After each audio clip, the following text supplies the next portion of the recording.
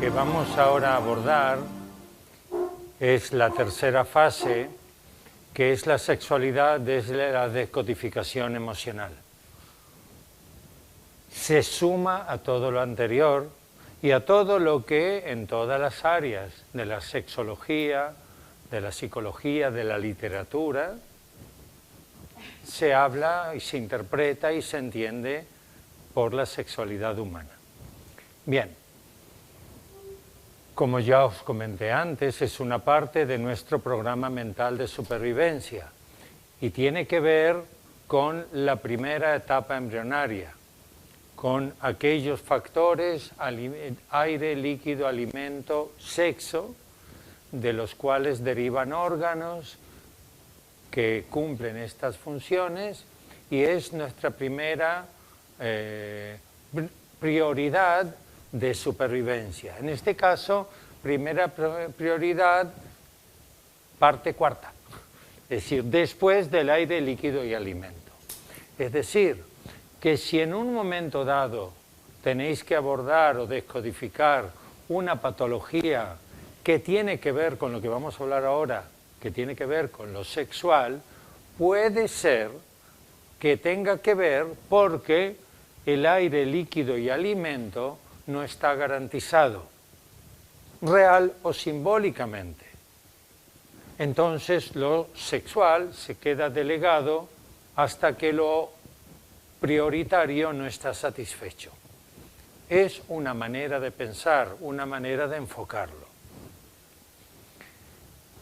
Todo encuentro sexual, no nos podemos olvidar, toda pulsión sexual es una pulsión reproductiva, reproductora.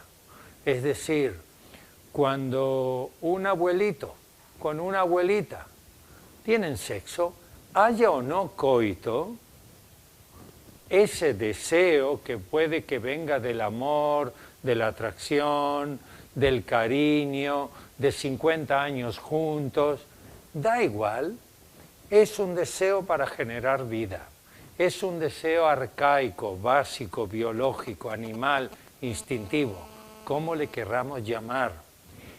Cuando una pareja de 30 años, de 20 años o de los que sea, una pareja joven, tienen un encuentro sexual, ese deseo de chucuchuco, de ñaca ñaca, es una pulsión reproductora, aunque se pongan medios contraproductivos, es decir, aunque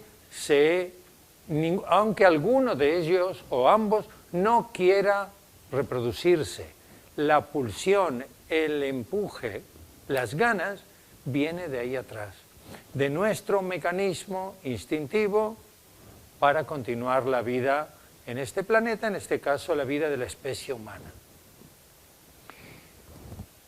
Y es una fuente de placer. Hay quien dice que la mayor fuente de placer que tenemos los seres humanos. Es una opción, una versión y una opinión. No nos podemos olvidar que desde el enfoque psicobiológico el placer es igual a vida. Es decir, que si una persona determinada tiene dificultades o no tiene relaciones sexuales, puede tener que ver con un conflicto con el placer. Por ejemplo, síndrome del yacente. Una persona con inversión psíquica o con el síndrome del yacente muy activo en su vida, tiene un conflicto con el placer. No solamente el placer sexual, sino con divertirse, con salir con los amigos, con hacer algo por el mero gusto de hacerlo, del bienestar que le da. Sea consciente o no, esa persona, su dificultad sexual puede tener que ver porque le domina esta condición.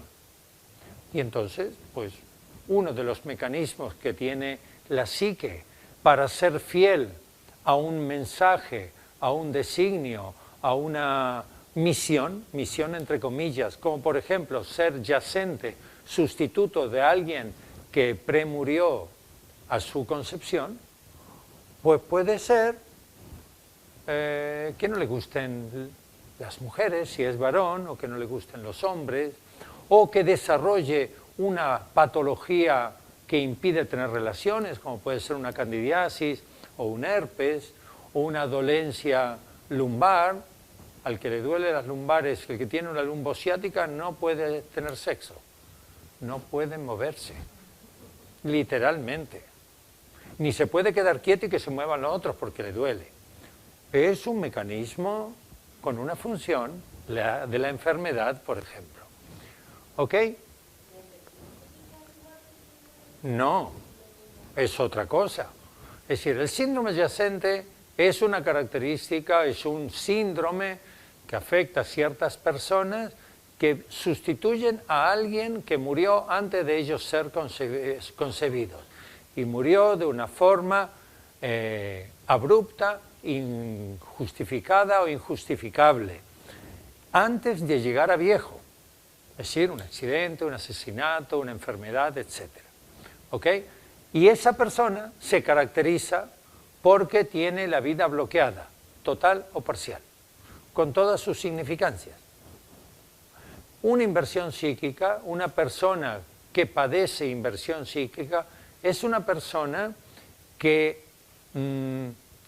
lo que a la mayoría de la gente le viene bien, a ella le viene mal. Es decir, a la mayoría de la gente le viene bien divertirse, a ella no. A la mayoría de la gente le viene bien ser querido, a esa persona no. Aún a la mayoría de la gente le gustan los abrazos, los besos, las caricias. Al inverso psíquico no. Todo o parte, estoy generalizando. Es decir, hay que profundizar en ello. Entonces, una persona con inversión psíquica, total o parcial, pues perfectamente puede no amar sexualmente. Es decir, yo comenté en algunos de los módulos anteriores de una persona joven, 33 años, que no podía aceptar muestras de afecto de sus parejas. Besos, abrazos, caricias. Y tenía un novio. Le digo, ¿y hacéis el amor? ¿Tenéis sexo? Y dice, sí. ¿Y cómo? Él que se quede quieto. Que no me toque. Si me toca, se me corta el rollo. Inversión psíquica, literal. Y su historia parte de que cuando estaba su mamá de 3 meses de embarazo con ella, el padre la abandonó por otra. Y así durante todo el embarazo. Y el día de su nacimiento, el padre llegó al hospital borracho y con 2 mujeres. Colgado literalmente de 2 mujeres. Y la madre, toda la vida, no solo eso ocurrió durante la concepción y durante la gestación y el parto, sino siguientes meses, la madre no volvió a formar pareja, se quedó en ese bloqueo de que el hombre, el macho alfa, la engañó y todo el tiempo le transmitió y le reforzó esta condición a esta mujer. Pues esta mujer, que por un lado tenía su biología íntegra y sus hormonas y su deseo de emparejarse, tiene una condición en su programa de supervivencia de hombres no, cariño, hombres no que hacen daño, hombres no te fíes de sus muestras de afecto porque después te abandonan por otro y te dejan tirada. Ese es el mensaje no escrito que le transmitió su experiencia. Y ella con 33, 34 años, la edad que vino a consultarme, pues tenía esa historia. Y aparte no dormía bien porque estaba en hipervigilancia, nunca pudo dormir con un hombre en la cama y tampoco en la habitación. En la habitación lo tenía que mandar al salón a otra habitación y cerraba la puerta porque no podía dormir y así todo dormía muy mal. Todo un estado de vigilancia frente al hombre que supone una amenaza. La madre vivió así. Ella lo incorporó y además se reforzó durante el resto de su infancia. ¿Ok? Eso es la inversión psíquica. En el caso de esta mujer es parcial, en el tema afectivo, pero puede extenderse a otras áreas de la vida. Supone también, y esto es algo muy importante que ahora voy a profundizar sobre ello, un área territorial. Los mamíferos somos territoriales Y el territorio sexual, dado que tiene que ver con la supervivencia, es muy importante para nosotros. Es muy común, aquí somos todos mayorcitos, y voy a presuponer que la mayoría, si no todos, ha tenido más de una pareja.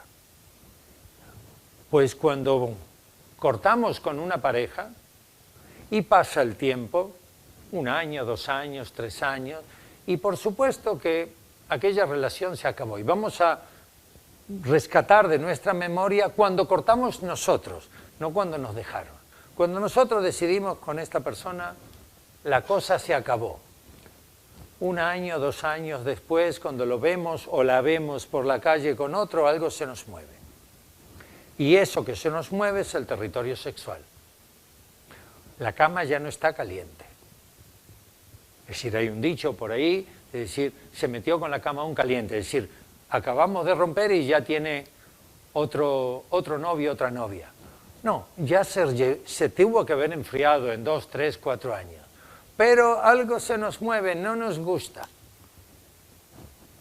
No quiere decir que el duelo está bloqueado, el duelo de la separación, o que esa separación o esa ruptura no ha terminado. Podría, pero no es condición. Sencillamente, nuestro territorio sexual somos muy celosos de él. Se mata por infidelidades. No digo que está justificado, pero es una señal de hasta cuánto nuestro territorio sexual es importante o significativo para los humanos. ¿Ok? El tema del territorio sexual tiene que ver o puede tener que ver con nuestro corazón. El corazón es la casa, es el territorio, es el corazón como músculo, como órgano. La función que hace el corazón es distribuir la sangre. En realidad el corazón son 2 bombas, el corazón derecho, que es el azul, y el corazón izquierdo, que aquí está la diapositiva, el rojo. ¿Ok?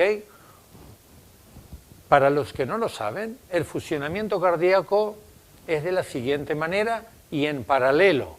Por un lado, entra la sangre por la vena cava superior a la aurícula derecha, siempre en la dirección que la persona avanza. Es decir, mi aurícula derecha, mi aurícula izquierda. Corazón derecho, corazón izquierdo. De aquí pasa al ventrículo derecho a través de la válvula tricúspide. Y del ventrículo derecho sale por la arteria pulmonar a los pulmones. Es decir, por aquí y por aquí. Esta sangre azul es sangre sucia. Aunque, ¿perdón? ¿Cómo? Hablamos. Es la sangre que viene, aquí viene por la vena, y aunque aquí le llaman arteria, pero es sangre sucia. Es decir, sangre no oxigenada y tóxica. De los pulmones vuelve por las venas a la aurícula izquierda, pasa por la válvula mitral, esta de aquí, al ventrículo izquierdo, y del ventrículo por la aorta se va al resto del cuerpo, órganos, hígado y demás. ¿Ok? Tiene todo un circuito y un sistema. Es decir, por aquí entra la sangre, donde entra es femenino. Lo femenino recibe. Por aquí sale, es lo masculino. Vuelve a entrar a la aurícula, femenino, y vuelve a salir masculino. ¿Ok? Ahora volveré a la diapositiva anterior. Esto por un lado, como función. Y por otro lado, corazón derecho gobernado por cerebro izquierdo. Cerebro izquierdo, si recordáis, son conflictos masculinos. Corazón izquierdo gobernado por cerebro derecho. Cerebro derecho, si recordáis de el módulo anterior, son conflictos femeninos, masculinos. ¿Ok?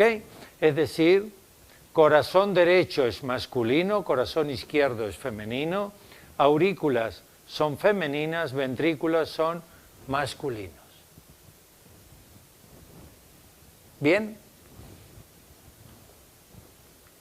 Perdón. Si alguien tiene un prolapso, un soplo en la válvula mitral, mi caso, yo tengo un prolapso en la válvula mitral congénito. ¿Cuál sería el enfoque? Sin ir al diccionario. Esta válvula no cierra bien. Es decir, cuando pasa la sangre, hace... Y yo lo he visto en una ecografía. Cuando aquí hay presión, se tiene que cerrar. Esto es circular, no son dos membranas, sino es una circular que la misma presión lo cierra y la sangre no vuelve. Y entonces toda la sangre va por la aorta a los pulmones. Cuando esto vibra, ¿cuál podría ser el conflicto? Venga. Hay una historia. ¿Qué es la aurícula?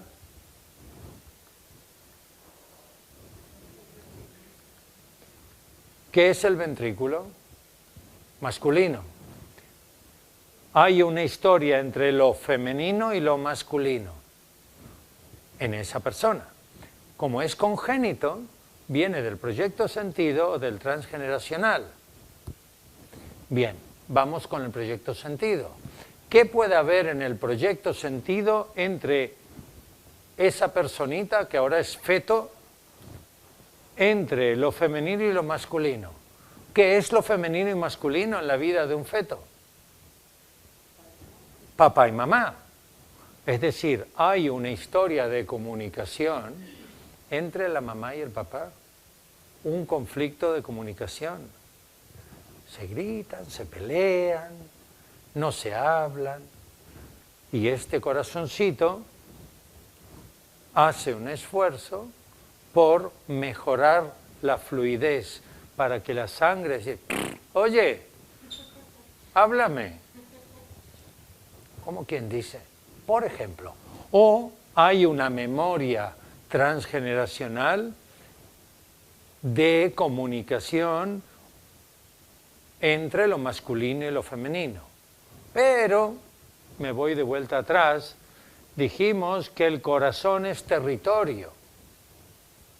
El músculo, es decir, el órgano es territorio. Es decir, que la válvula mitral, como parte de todo el órgano, es una cuestión del territorio. Entre lo masculino y lo femenino puede haber habido un conflicto de territorio sexual. Y hace poco hice un trabajo personal con regresión y durante la regresión apareció un bisabuelo con el que estoy conectado que le pegó y abandonó tirada a una primera mujer y a un primer hijo. Y los abandonó en Europa, cuando emigró a Argentina. No sé nada más. Apareció en estado de hipnosis. ¿Puede tener que ver con la válvula mitral? Puede. Es la manera de enfocarlo. No estoy ahora descodificándolo, sino para que entendáis la forma de pensar y de buscar. Bien, y ahora vamos a empezar con una serie de patologías que esconden detrás conflictos sexuales. Si alguno se identifica con alguna y lo quiere compartir, que lo diga. Si alguno se identifica con alguna y no lo quiere compartir, pleno derecho. Y si alguno tiene alguna patología que detrás pueda haber un conflicto sexual al hilo de lo que estamos hablando y lo quiere compartir, también. Como se está grabando y va a salir en YouTube, yo no voy a utilizar vuestros nombres, ¿ok? Para preservar vuestra intimidad y no mirar para atrás, saldréis en off. Candidiasis. Primero voy a hablar de una serie de patologías femeninas y luego masculinas. Candidiasis es un hongo que tenemos todos en el cuerpo, es una bacteria que tenemos en el cuerpo, que florece y que tiene como función comerse las células muertas.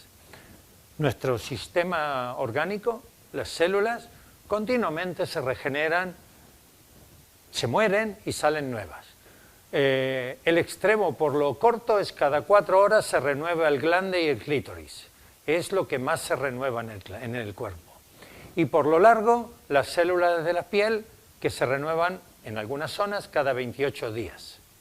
Las células muertas, algunas nos las quitamos en la ducha y otras, las cándidas, se las comen. Cuando morimos, las cándidas son las que nos transforman en polvo. Se comen todas las células muertas. Y después se mueren ellas porque se acabó el alimento, supongo. Bien, aquí estamos hablando de candidiasis vaginal. Cuando queremos entender la biológica de un síntoma o una enfermedad, una patología, una conducta, la abordamos desde 2 perspectivas. Una es la función orgánica y otra es el beneficio que obtiene nuestro organismo o nuestra persona de esa circunstancia. Es decir, candidiasis, si nos vamos al diccionario, pone frustración sexual. Y para eso tenéis el diccionario, para no tener que todo analizarlo y tener una guía por donde buscar. Bien, ¿cuál sería aquí la función de la candidiasis en una mujer que viene a tener frustración sexual? ¿Cuál es el conflicto?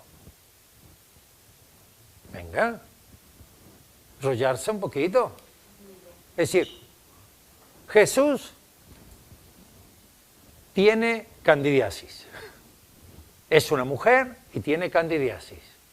Viene después de tener relaciones sexuales. Siempre aparecen, por lo menos todos los casos que yo he tenido, aparecen después de tener relaciones sexuales. Yo voy a explorar si en esas últimas relaciones tuvo algún tipo de frustración. Y esa es la pregunta que le haré. Oye, en los últimos encuentros, ¿ha habido algún tipo de frustración? ¿Ha habido algo que te lo has pasado mal? ¿Ha habido por carencia, porque no ha tenido relación, o por exceso, algo que te ha frustrado? ¿Tenías unas expectativas que no se han cumplido? ¿Un deseo que no se ha satisfecho? Etcétera, etcétera. Eso es lo que yo voy a buscar.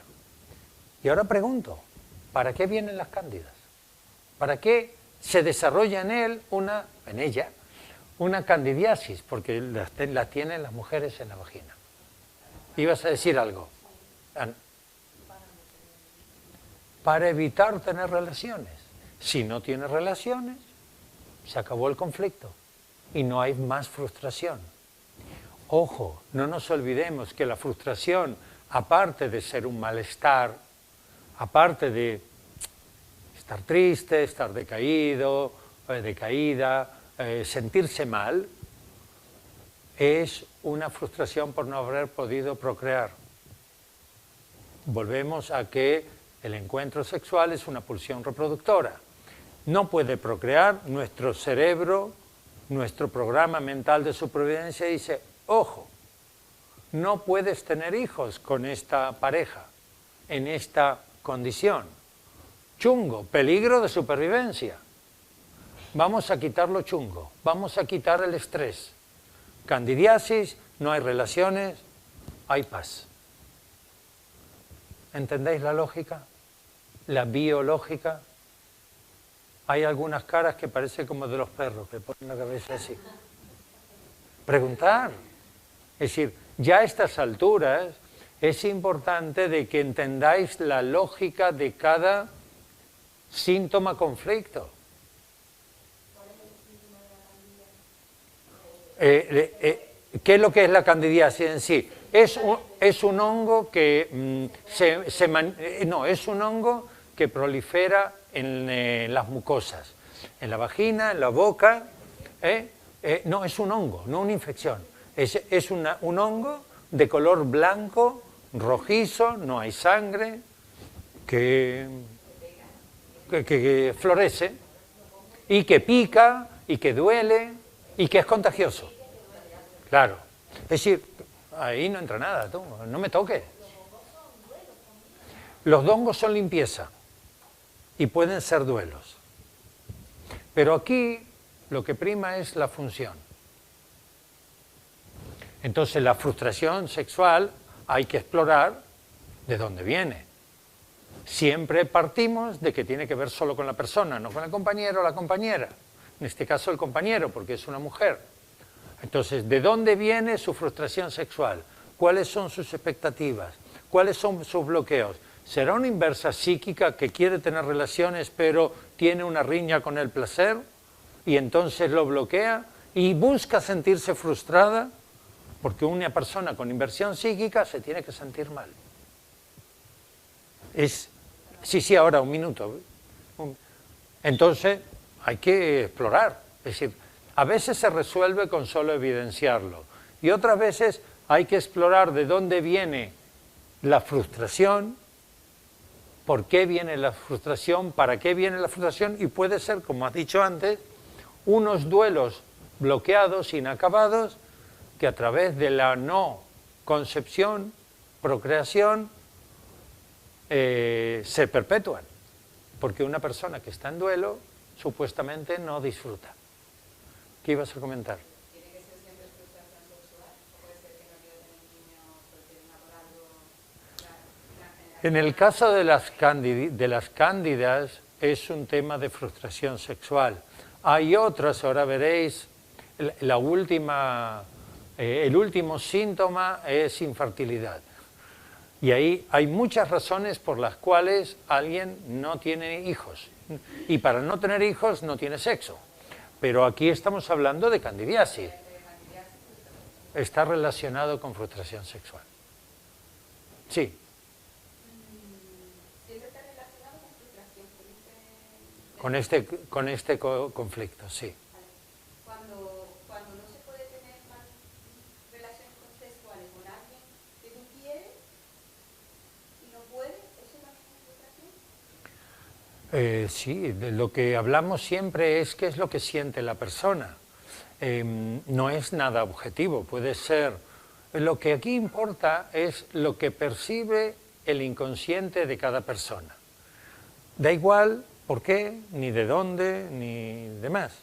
Es decir, la percepción de sentirse frustrado o frustrada es lo que puede derivar en una candidiasis. ¿Haya habido o no haya habido relación sexual? Exacto.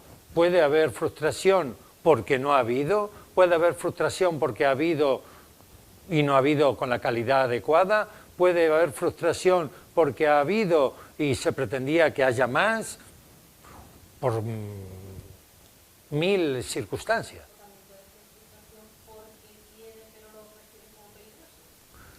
Por lo que sea, lo que miramos es que exista en la persona la emoción, perdón, en este caso el sentimiento de frustración.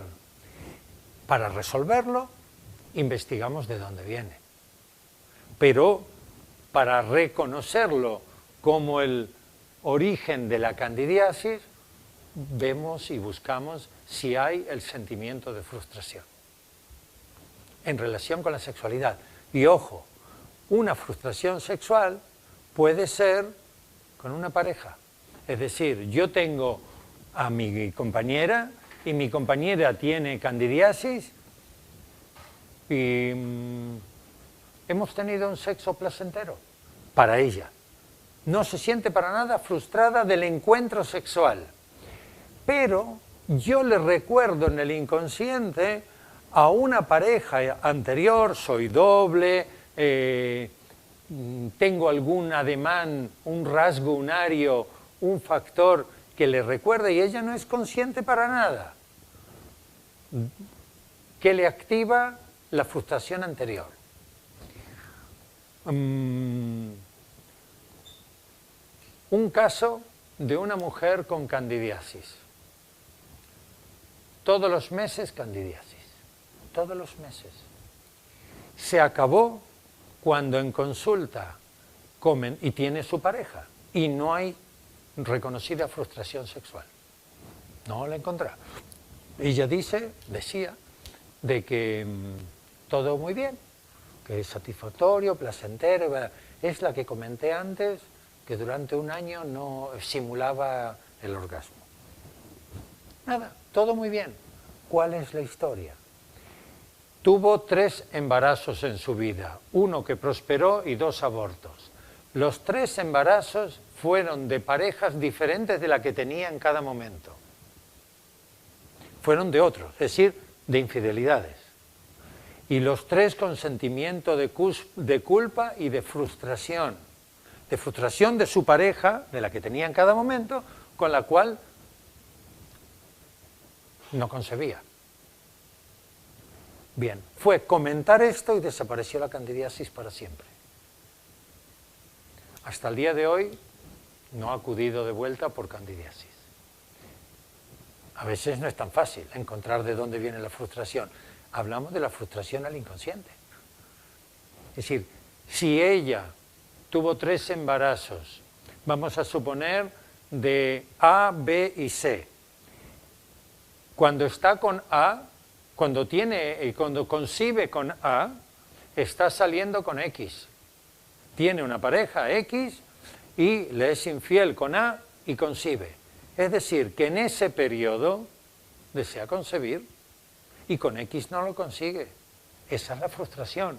Lo mismo le ocurre con B que mientras está saliendo con Y. Y lo mismo le ocurre con C que mientras está saliendo con Z. En esos 3 momentos, con X, Y y Z, no puede concebir. Y concibe con A, B y C, 3 distintos. Esa es la frustración. ¿Lo entendéis? ¿Me explico? Y fue evidenciarlo, asociarlo, reconocerlo, y se acabaron las candidiasis. Anorgasmia. ¿Qué es la anorgasmia? Lo saqué esto de Wikipedia o por el estilo, no lo sé. Hay anorgasmia primaria, falta de orgasmo durante toda la vida. Es decir, nunca tiene orgasmos ese individuo. Secundaria, falta de orgasmos a partir de un determinado momento de la vida, por el motivo que sea, cuando anteriormente lo había experimentado con normalidad. Es decir, personas que tienen una vida sexual orgásmica y en un momento determinado deja de tener orgasmo. Hay absoluta, no se alcanza el orgasmo con ningún procedimiento. Relativa, cuando no se produce el orgasmo con algún procedimiento concreto, como por ejemplo anorgasma coital. Hay quien tienen orgasmos, pero no tienen orgasmos durante el coito y lo tienen con otras actitudes o prácticas, y entonces sería una anorgasmia relativa. Situacional, solo se produce el orgasmo al realizar un procedimiento concreto. Es decir, hay quien solo tienen orgasmos con un vibrador o solo por estímulo del clítoris, solo de esa manera. Entonces se le llama situacional. La mayoría de las causas de anorgasmia son de carácter psicológico, en relación con condiciones culturales negativas.